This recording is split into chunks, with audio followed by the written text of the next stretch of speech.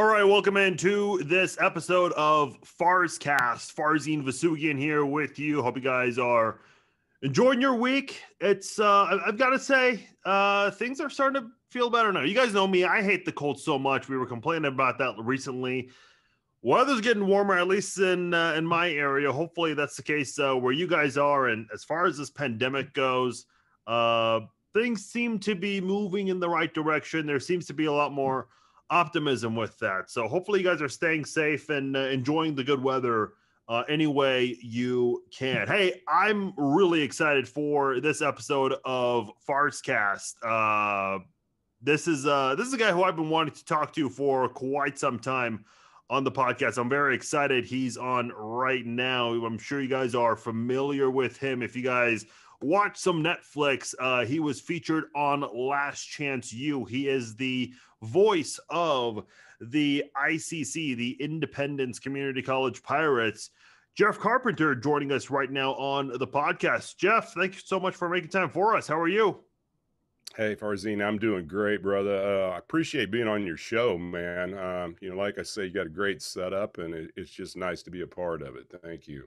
No, I appreciate that, man. I've got to say, I'm a huge fan of the series. I really am, and we'll get into that a little bit. I wanted to talk. One of the things I do on the podcast is I like to talk to people from all kinds of industries and kind of understand what they do. And maybe learn about things that they do that maybe we don't know in general. And I kind of am curious to know about how things have impacted you and the college with the pandemic. And we'll touch on Last Chance U, of course. A lot of people know you from the series as well. But I've got to ask, since we last saw you on Last Chance U, how have things been with you in terms of your job as the voice of the Pirates?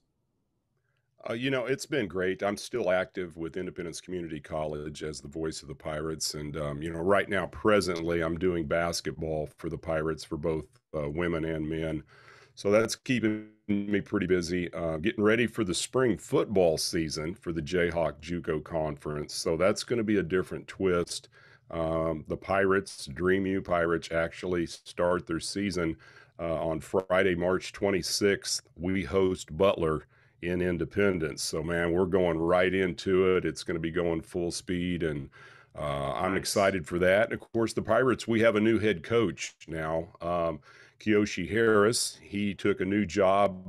Congratulations to him taking a new job at Boise State as the director of player personnel for the Broncos, and I'm really happy for him. He's a good friend of mine. And another good friend of mine is the new head coach, Jason Martin, who was the former defensive coordinator for 5 years for Independence. So Pirate fortunes are in good hands with Coach Martin and his staff coming in. And we're just excited to get the football season going.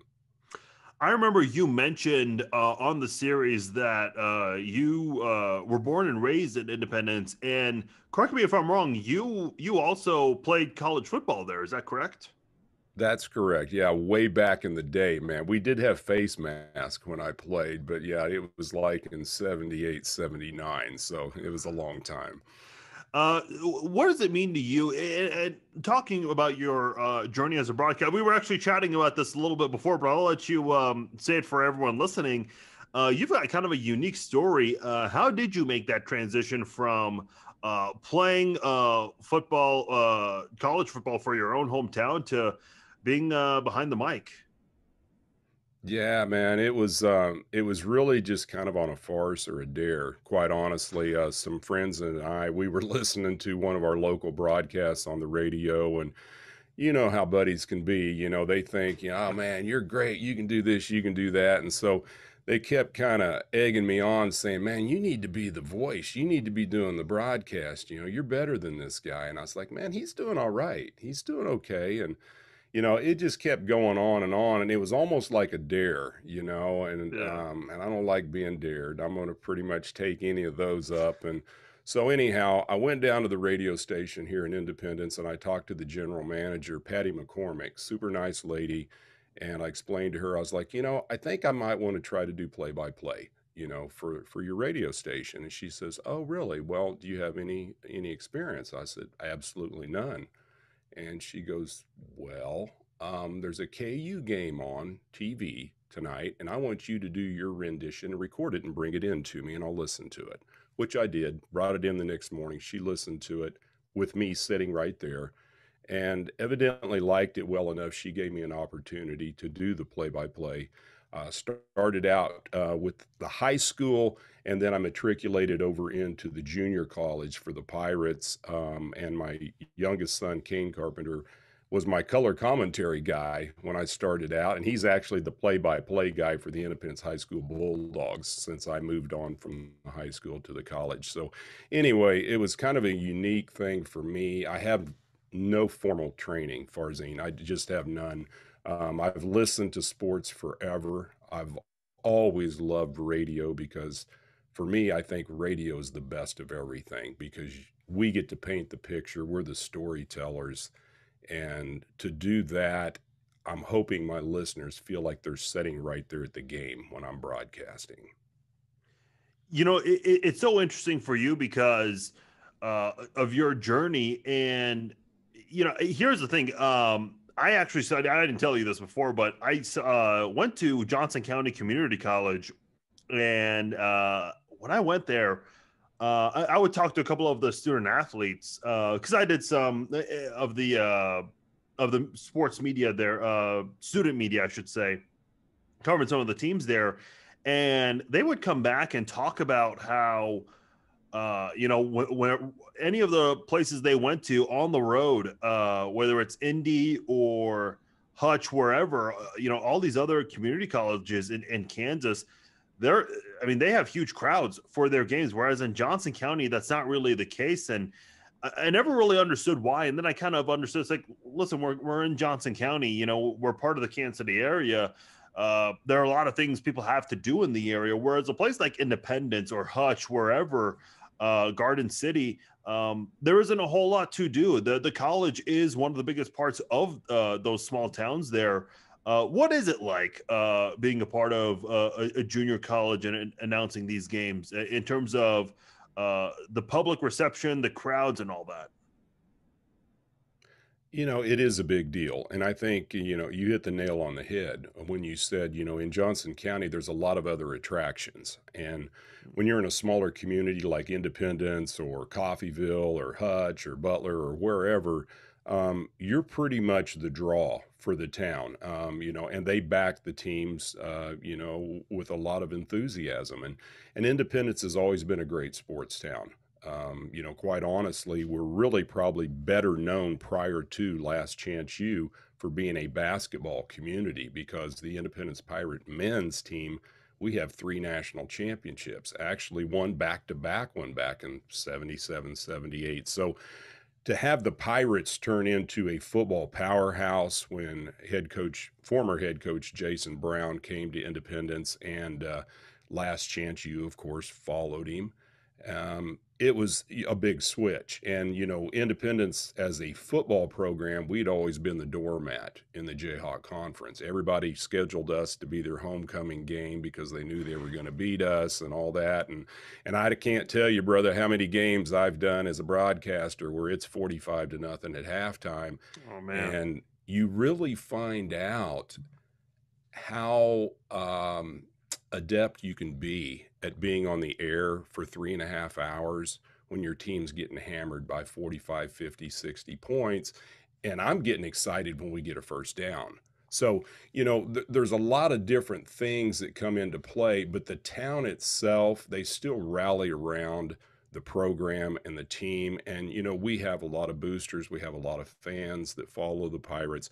And now we have fans all over the world because of Last Chance U and, its success and popularity behind Greg Whiteley, who basically created Last Chance U and the Yeah. executive producer and his staff. And those guys are fantastic. And they put Independence, Kansas on the map worldwide. But yeah, it's cool to be a part of the Pirate and be the voice of the Pirates.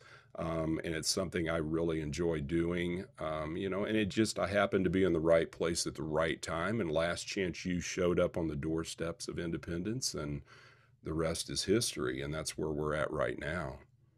I wanted to talk to you about play-by-play, because I've done that for student media and a little bit outside of student media. I did it for A10 Varsity, doing some high school games for their online deal. It's a really tough thing, man. I was not really good at it, if I'm being honest. It's a fun gig to do. You mentioned, you didn't have any formal training doing this, and I mean, look at you now and everything you've done. Can you just talk about the journey? Because I've talked to, and I don't know if you know these people or if you've interacted with them. Guys like Wyatt Thompson. Oh gosh, his name escapes me right now. The former voice of the Chiefs in the Jayhawks. He has a book on sports broadcasting. Gosh, he's a legend. I can't believe I'm forgetting his name right now. You know what I'm talking. You're going to put me on the spot because I'm not going to remember his name either. No, but I know exactly who you're talking about. Yeah, and you know what, man, those guys are iconic. And to be honest with you, for play-by-play for me, Tom Hedrick, by the way, that's who it was. Yeah, exactly. For me, it's different every single time I go on the air. I don't really go into play-by-play and do my broadcast with a script or a scripted format. I'm winging it basically. Now I have stats naturally and I can rely on them and so forth. But the truth of the matter is I don't go in with a perceived opening that I'm going to start my broadcast with. I don't want to do that. Yeah. I want to be an improvisational guy. And I think that's what brings a little more authenticity to your broadcast. And if somebody is sitting there on the other end and you're listening to them radio wise and they sound like they're reading something from a book, I'm not going to be very entertained by them. And so I really kind of just fly by the seat of my pants, so to speak, with each broadcast. And probably from doing play-by-play before, there's some nights it comes really easy to you and things just flow. And I mean, The mic is hot and everything is just gelling and you're like, man, this is great. And then there's other nights it's not quite as fluid and as smooth, but that to me is the attraction for play-by-play, because I have to have a challenge for me personally to keep my attention and to get the desire to want to continue to do it. And I truly believe I've never had the perfect broadcast. I never want to have it because then I'll have nothing to look forward to. But yeah, it's cool for me because it really gives me an opportunity to stay in the game. And I kid people because now doing the Independence basketball games, they've moved me down courtside. So I tell everybody I got rock star seating now because, I'm right there on the court and I'm watching the game. Like people are flying into my table and stuff, but that part of it, that's something that, I'm endeared with because it really makes me feel like I'm a part of the team. And, I have a great rapport, quite honestly, with the players and the coaches, and I want that because I want to be that lifeblood and the part of the Pirates. I chuckle when you mentioned the courtside seating because I remember doing some KU basketball games for the student media, KJHK in Lawrence. Unfortunately, they're no longer courtside. The students are up in the. I don't know if you've been to Allen Fieldhouse or if you've seen where the media sits in the rafters. Do you know where I'm talking about? Well, I've never personally been there. In fact, I was going to ask you if you can hook me up with some tickets. So. It might be hard to do nowadays. No, you got to go if you ever get a chance. Because there's so much media that wants to cover, they can't fit everyone courtside. So what they do is there is like a corner way up in the rafters where they have additional seating. Unfortunately, that's where student media is now. I don't know how student media is now with the pandemic, but I remember, we sat in the corner, and I get texts from classmates, friends during the game, like, "Oh, I see you," and then during the week, classmates would come up to me, telling me, "Oh, you were right by the court." So it's kind of cool just being that close because Allen Fieldhouse. I mean, so much has been made about that arena, and the story, being a Kansas resident yourself. By the way, the comment I was going to make, talking about people like Tom Hedrick, Wyatt Thompson, just people who I've been fortunate to come across in the past and just get advice from, John Chalesnik as well. All of them have mentioned that The toughest part about play-by-play, and you alluded to this earlier, if it's a blowout and you can still find a way to make it appealing to the audience, that's where you differentiate a good play-by-play announcer and a great play-by-play announcer, because that is a very hard thing to do, man. And listen, I've announced some KU football games. They're not fun to announce. They're not easy to announce. I know exactly what you're talking about when you're talking about blowouts and those kinds of situations. It's not an easy thing to do, and you've got to be very creative and be able to give stories on the fly.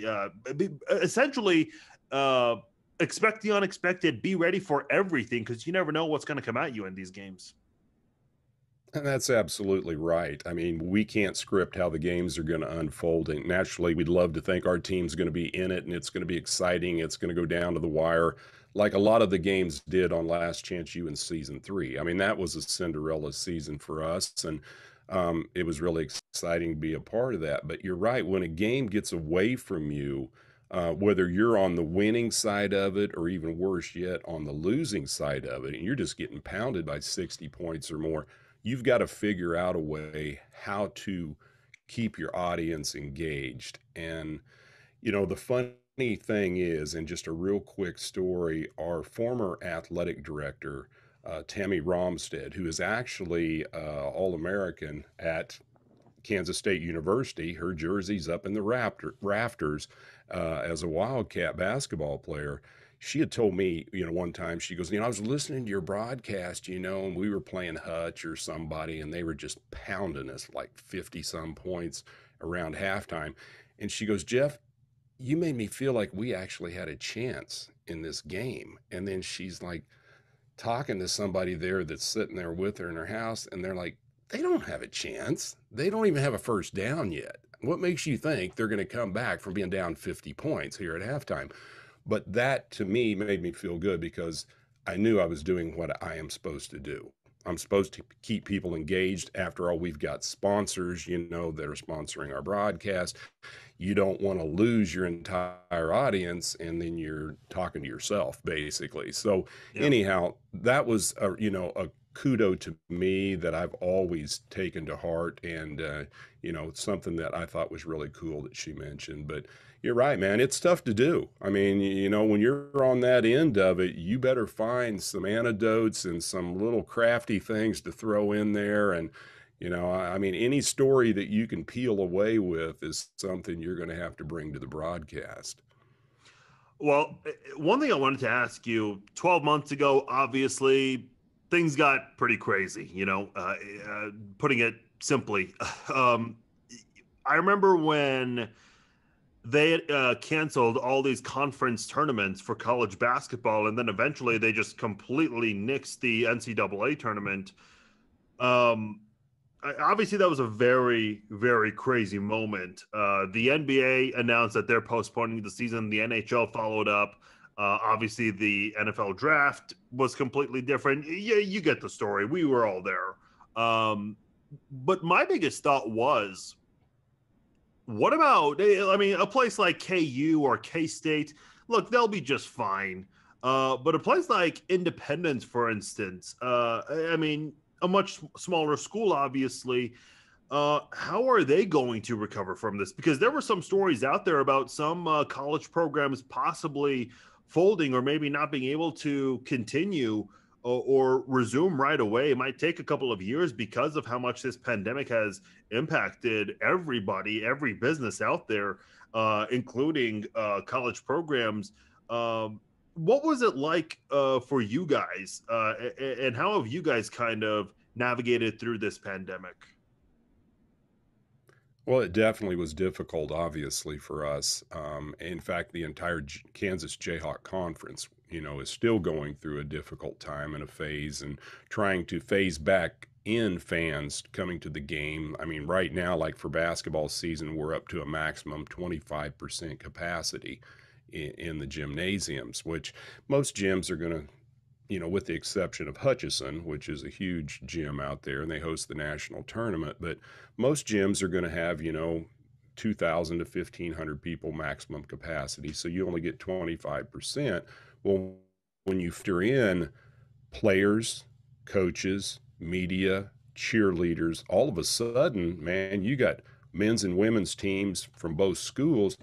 You got 200 people practically tied up, and you don't have hardly any fans that are going to be able to come to the game. So revenue is obviously going to be a problem. And, I don't know for sure what schools make off of, basketball games. Football is a money-making sport pretty much for any university or college.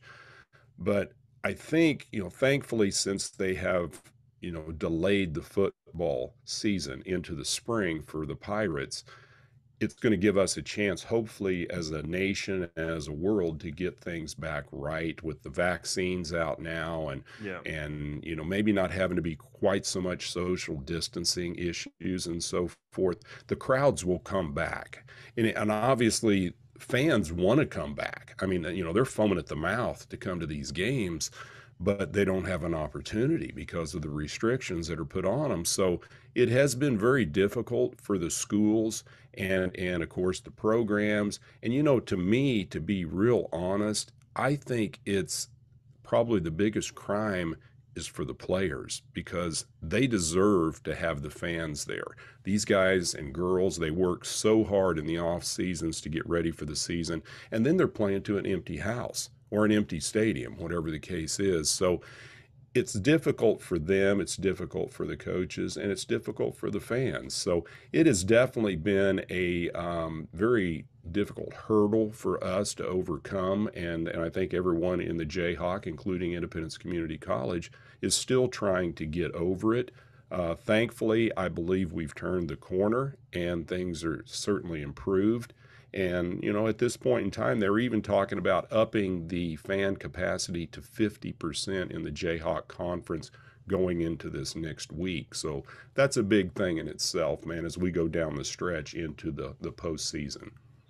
Well, another thing I wanted to ask you is, and look, being where I live in the Kansas City area, if you're looking for toilet paper, paper towels, Clorox wipes, whatever, if you go to a Walmart and they don't have it, well, you can just go to the next Walmart or Target or Sam's Club. One of the other things I was really curious to know is, being in a small town, you don't have, 5 Walmarts or, all these different stores in your area. From a city standpoint, how did Independence deal with this pandemic? What does a small town go through in a situation like this? Well, you basically, when you're one store in town or two stores, we have two major stores if you consider the Walmart, and then we also have another G&W supermarket. When they're out of things, you're going to go out of town and you're just on a hunt. It's like a treasure hunt, man. You're trying to find what you need wherever you got to go. And, me personally, I mean, I was going to Joplin, Missouri, which is an hour and 20-minute drive one way. Oh, wow. To look for some of this stuff, and only to get over there to find out they don't have any. So now you're kind of like trying to pick and choose some Dollar General stores in obscure places in some of these even smaller communities than Independence. And so, yeah, it was a big problem, and it didn't affect, just the metropolitan areas, as you mentioned, like in KC and other places where they had multiple places you could go to and eventually, hopefully, find what you wanted. We had to be a little more diligent. And, it's almost like you go in with bated breath, hoping that you just find something. I mean, there's literally people practically fighting over paper towels, toilet paper. It's just a crazy scenario, something I never thought and even imagined it could happen in my lifetime. But it was unfolding in front of everybody's eyes. So it was a very difficult thing, I think, for everyone. But, thankfully, people kind of cooler heads prevailed. Everybody rallied together, understood we're all in this, dilemma together, and this pandemic is, now on top of us, on top of everything else. And I think, it became an all for one type of mentality. And, as a community, you have to pull together. And that's, I think, one of the benefits in being in a small town, is, there's a camaraderie and a love for each other and a togetherness. And that's really what we all had to do. It wasn't easy, and at certain times it's still not easy now. But as human beings, that's what we do. We evolve and we progress. I want to make the transition and talk about your appearance on Last Chance U, because I mean it's funny because a year ago today, people were talking about, if we're in quarantine, what are we going to watch on Netflix? Well, I mean, obviously, a lot of people watch you guys when the series came out, but during this time when a lot of people were at home, didn't have a lot to do, I'm sure there were probably a lot of new people who watched the series and became familiar with you and everybody else. I think your backstory with the show is very interesting because I love the series. I've seen all 5 seasons, and the new trailer for the basketball season just dropped today, and I love seeing that. I'm looking forward to that next week. But in the 5 seasons they've done, the 3 schools they went to, East Mississippi, Indy, and Laney College in California, they did not really feature the play-by-play announcers as much. They talked to them, but honestly, I couldn't even remember their face or their names. Whereas with you, they featured you quite a lot. I remember there was even a scene where you're just walking your dogs at the park and they decided to follow you and show just some of that on the show. Did you just kind of have a good rapport, a good connection with, you mentioned Greg Whiteley, the producer. Did you just kind of have a positive connection with the producers and the camera crew when they came to film you guys? Well, I think I did. I hope that I did anyway. I felt like I had a good connection with them. And, Greg Whiteley, I have so much admiration and respect for him and his crew. I mean, they were fantastic. They were over at my house, several times doing interviews and so forth with me, walking my dogs. We were in the park, we were in the cemetery, and because that's what I do. It wasn't a scripted thing. They asked me, they're like, well, what do you do, when you're not calling games? And I'm like, well, I'm not a real exciting guy. I mean, I go for a walk in the cemetery with my dogs. They're like, okay, we're going to get a golf cart and we're going to put a camera on it and our crew, and we're going to follow you. And that's what we're going to do. But I think part of it was simply the fact that they really liked my voice. They liked my delivery. They enjoyed the way I brought the games to life. And I think that matriculated into a relationship between myself and them that allowed me to be the voice of Last Chance U. And I'm very, very proud of that. That's something that, I'll always be proud of. And, that to me was a tremendous experience. And I think it was something that allowed the show to grow within the small town community itself, and the setting and the atmosphere is here. You have a local guy.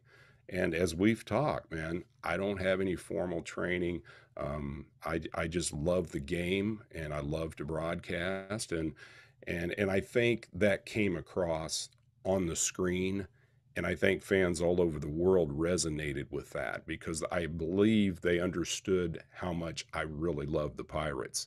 And it's not just I do this on the weekend and then I drive somewhere else and I live out of town and this and that and they fly me in special to do this on the show and all this stuff. I had people accusing me that I was from LA or something, and no, you're like a trained voice or something. I'm like, no, I'm not. I'm a guy from Independence, man. I work like 13 miles away as a wellness coordinator in even a smaller town in Neodesha, Kansas. So it's not that I'm this special planted person.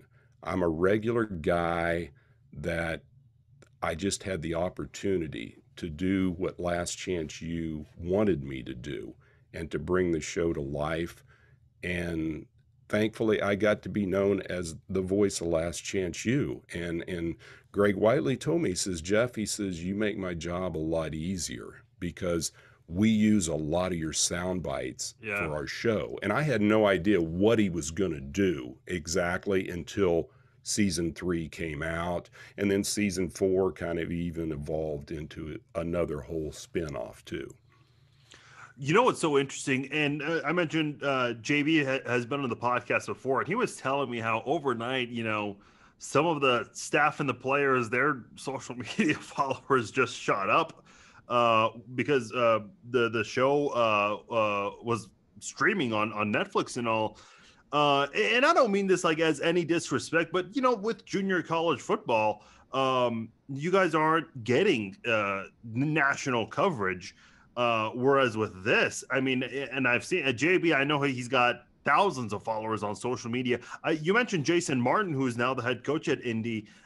He's got a pretty strong following on social media, as do you. And when you compare, other coaches and players at junior colleges at other places outside of Laney and East Mississippi, I mean, they can't even get the kind of recognition that you guys get. And it's all just from being, in fact, Jason mentioned, and I'm sure you've heard, I don't know if you've listened to his podcast recently, but he recently reconnected with his daughter, and he mentioned that the series on Netflix had a huge reason with it. I mean, you guys are just in a small town in Kansas, of all places, and you guys are now big-time celebrities. Do you ever kind of just look at that from that kind of point of view and just kind of chuckle at the fact that, a lot of people just know who you are just simply from a Netflix series? Yeah, man, it's kind of surreal, to be real honest with you. When you say we're celebrities, I appreciate that, I mean, I really do. To be real honest with you, about the only thing that's changed in the life of Jeff Carpenter is I might get a little better seat in a restaurant every once in a while because Okay. somebody will recognize who I am.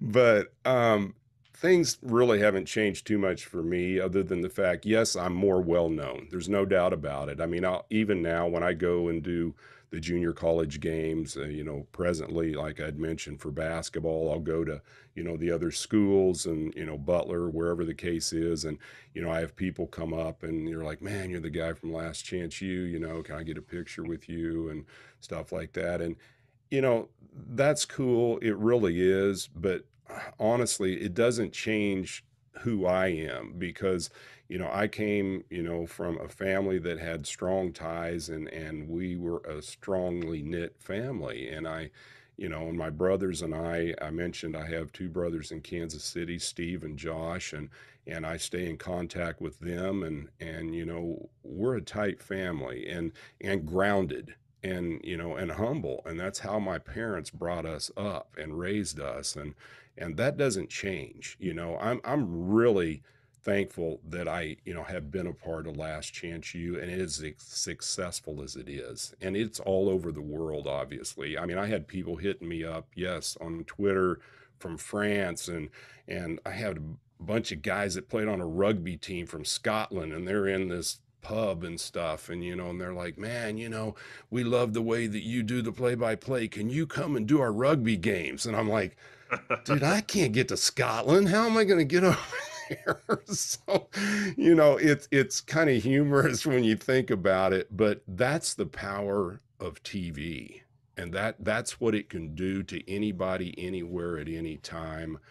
And again, it brought the life to Independence, Kansas through the lens of the camera and Last Chance U and Greg Whiteley. And he did such an amazing job with the cinematography of the show. I mean, I Yeah. knew how the season was going to go. Obviously, before season 3 came out, and I remember watching the show, and I'm in awe, even though I know how the game's going to end up, and I'm thinking, man, this is cool. This looks like being in the movie theater. So Yeah. that again is the power of a producer like that and his crew and what they can do and their magic on the screen.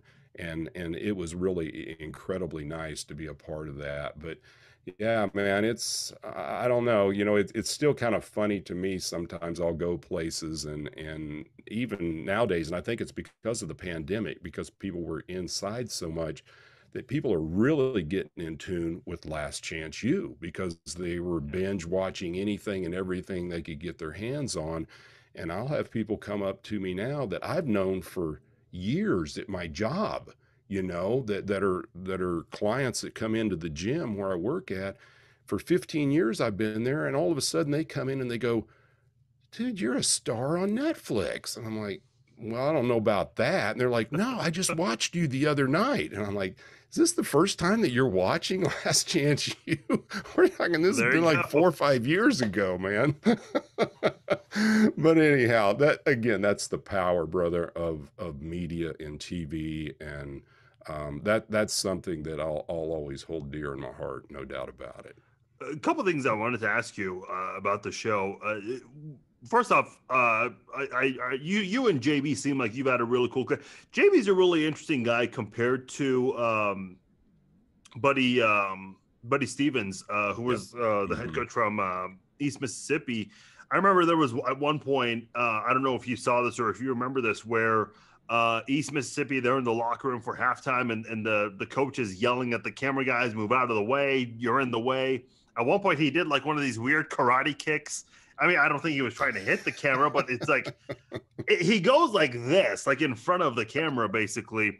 Whereas Jason, I mean, he's in a hot tub, with a cigar, or he's inside his home, with a drink, just very casual, very laid back with these producers. In fact, I think it was season 4, because I remember that was a really tough year for Independence. The Pirates lost a really tough game, and you're doing your post-game interview with him. And I've been there when, a team just got their ass kicked and you're getting ready to interview a coach or a player, and you kind of have to wait because you're not on air yet. You're waiting, and the seconds feel like hours because obviously JB's, pissed off because of the way the game went. But he I don't remember what he said, but he cracked some joke with you, and you guys just kind of chuckled while you're waiting to get on air.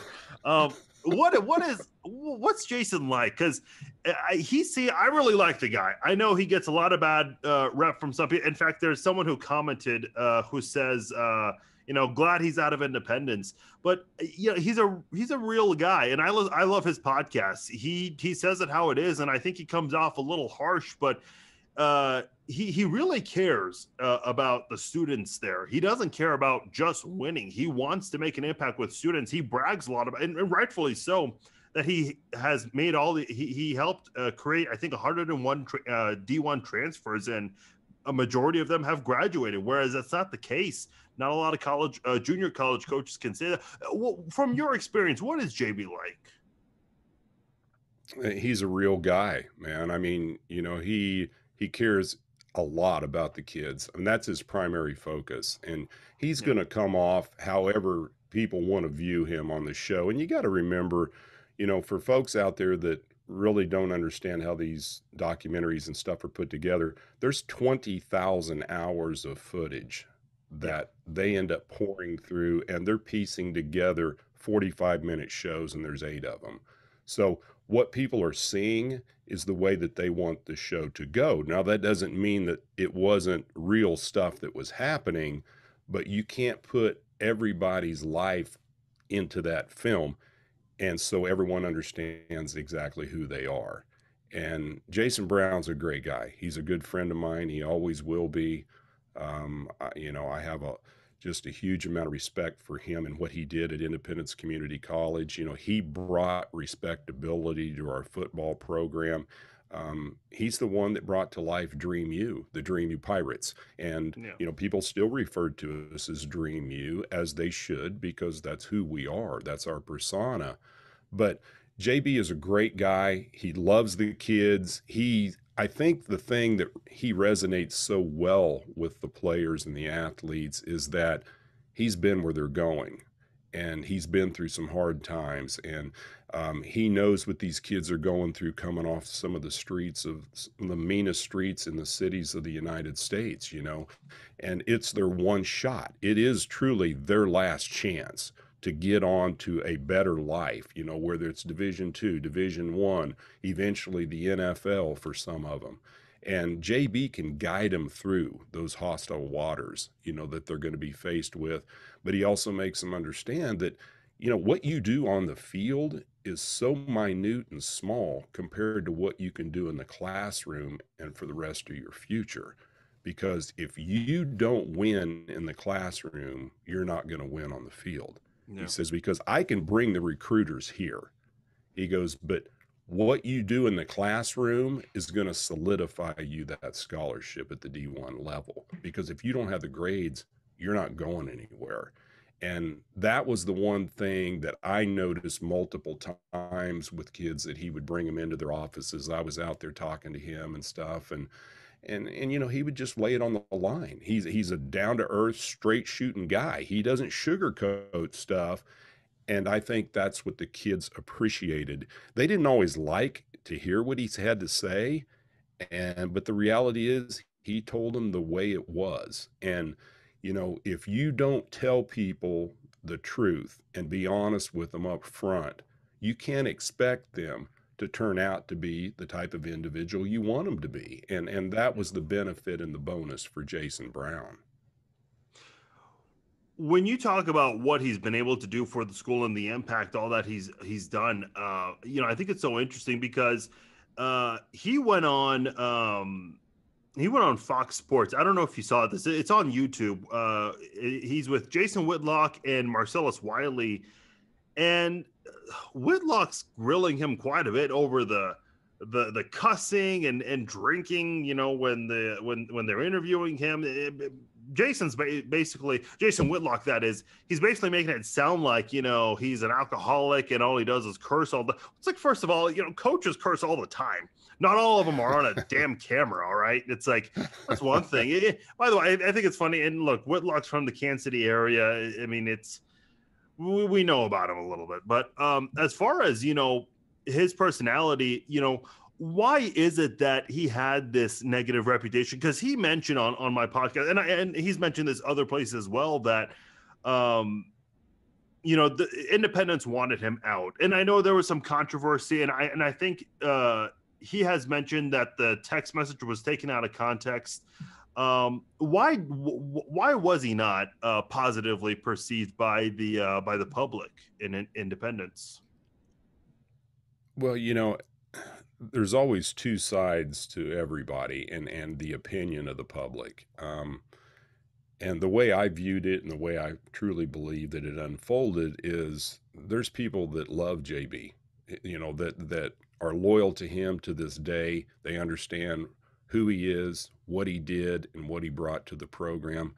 And then there's others that aren't. And the reality is, in small towns, if you or whoever has not lived in a small community, you don't really understand how quickly it can be divided for whatever the reason. And if your community has a lot of the older population and people that have been there for generations, and you know, their family business has been handed down one after the other to the next kid and so forth, sometimes change is not well received. And when you have a guy like Jason Brown that comes in from California, you know, so already he's an outsider coming into a small bedroom community, if you will, there's a lot of people going to put up fences and blockades already from the get-go without ever getting to know him. Yeah. And I think what happened is, when Last Chance U Season 3 came out, and there's a lot of language in it, but again, as you said, a lot of coaches, they cuss, that's their mentality. A lot of players, that's what they need to hear to get through to them. But for fans, when they see that and they know that it's going out all over the world and their town has been attached to it, I think they start thinking, well, this guy is a troublemaker and he's not a guy we want to represent our community.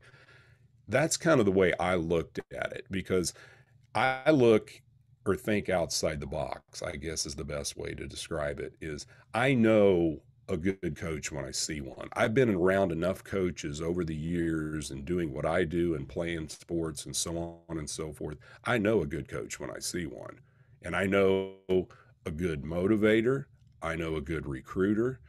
And JB could do all of those things. The reality is, though, you're not going to appease everybody. And when you're an outsider coming into a small community, you're going to have a hard time winning people over, even if you walk a fine line, let alone if you're controversial. And he was controversial, but that's how he does things. You know, he's a colorful figure. He's very outgoing. He says what he means. And sometimes that rubs people the wrong way. And if that happens, they have the right to their own point of view and their own opinion, granted.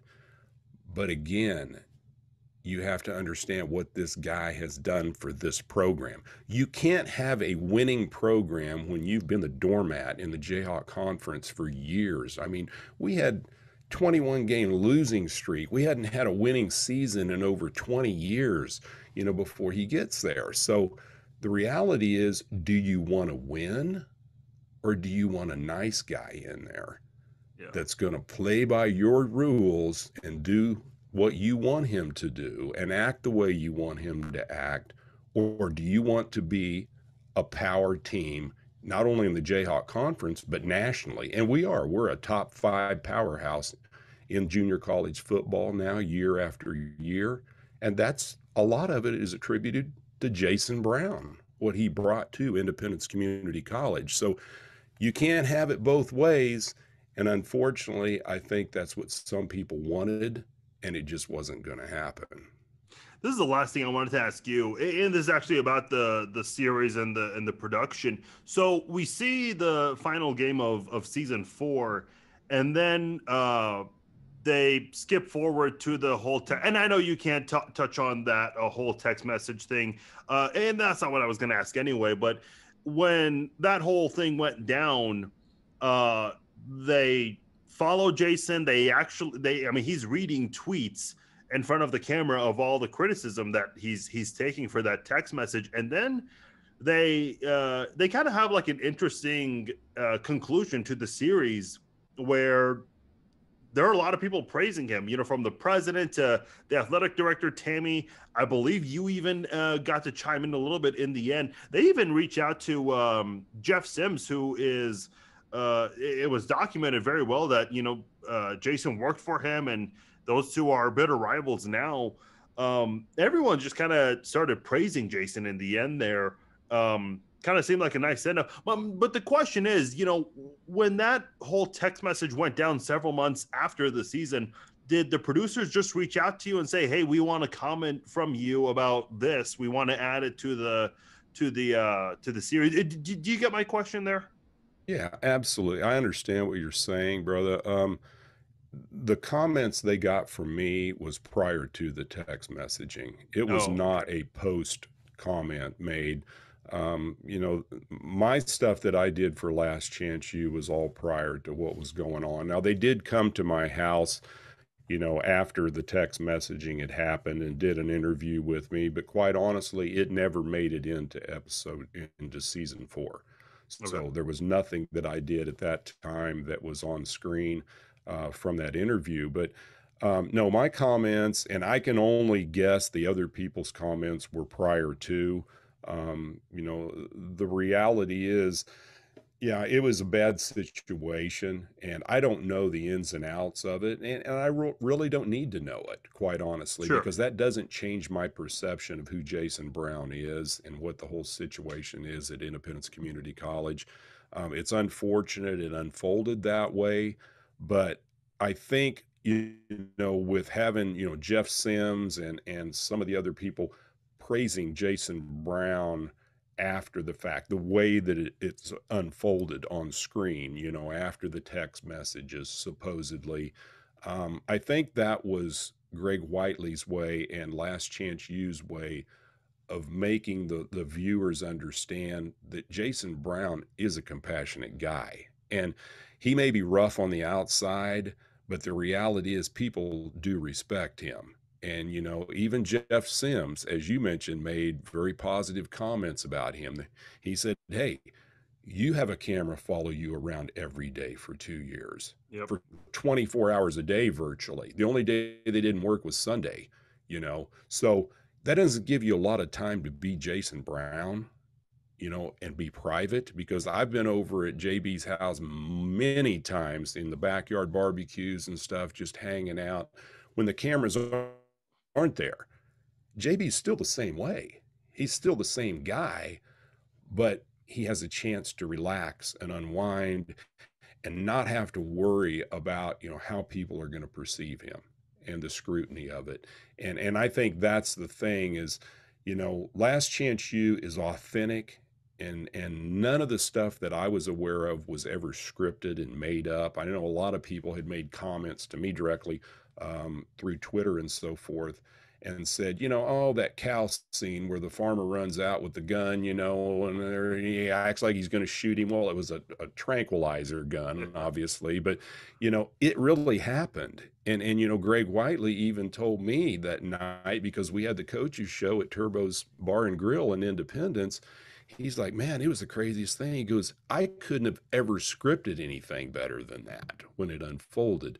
So it's a legitimate show, authentic show, and I think they did a great job depicting the people involved in it, and I have nothing but praise for it. So yeah, I hope you enjoyed it. I hope all the viewers out there enjoyed it and understand that the Dream U Pirates, we're here forever, man. I mean, we're going forward, and like I say, we're looking forward to another great season this year.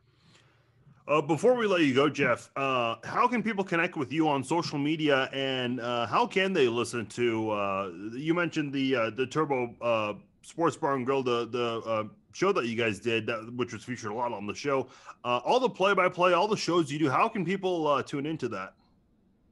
Well, you can find me on Twitter, JC Radio Sports. I mean, that's my handle. You'll find me out there. I'm also on LinkedIn. If people go out there on that, just Jeff Carpenter, you'll see me on there as well. As far as the coaches show at Turbos, I mean, it's not going on right now. I mean, obviously with COVID situation, we're hampered and limited being able to do some of the things we want to do. I'm pretty confident that's going to kick back up again.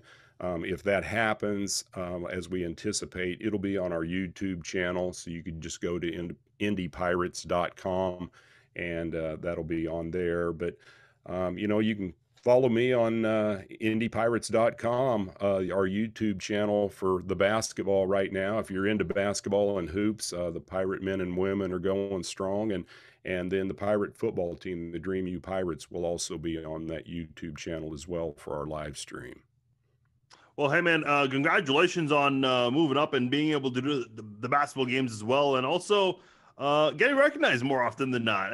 You guys are kind of a celebrity, in my opinion. That's just me. But I appreciate you being humble and definitely appreciate you making time for me here on the podcast. We'll have to do this again sometime. You stay safe, take care of yourself, and we'll talk again down the road. Farzin, I appreciate it, my brother. God bless, and best of health to you. All right, you too, man. Thank you so much. Jeff Carpenter, the voice of the ICC Pirates, and also featured on Last Chance U. Very cool to have him on. So we'll definitely have him on again sometime down the road. Hope you guys enjoyed this episode of Farzcast. I'm Farzin and Vousoughian. Connect with me on Facebook, Twitter. You guys know the links. You guys also know how to catch this podcast on Apple, Google, wherever. Share the links, spread the word, tell your friends about the podcast. Until then, I'll talk to you guys next week. I'm going to have likely Zach Stegman, also Brett Fitzgerald, from Savage Sports Means. If you guys follow me on Facebook, you guys are familiar with his work. I share his work quite a bit. He's a lot like me. He's a Chiefs fan. He's also a huge UFC fan. So we'll be talking a lot of MMA next week. So we'll have him on next week and a few other guests as the month goes on. So until then, stay safe. Enjoy your weekend. I'll talk to you guys then. Take care.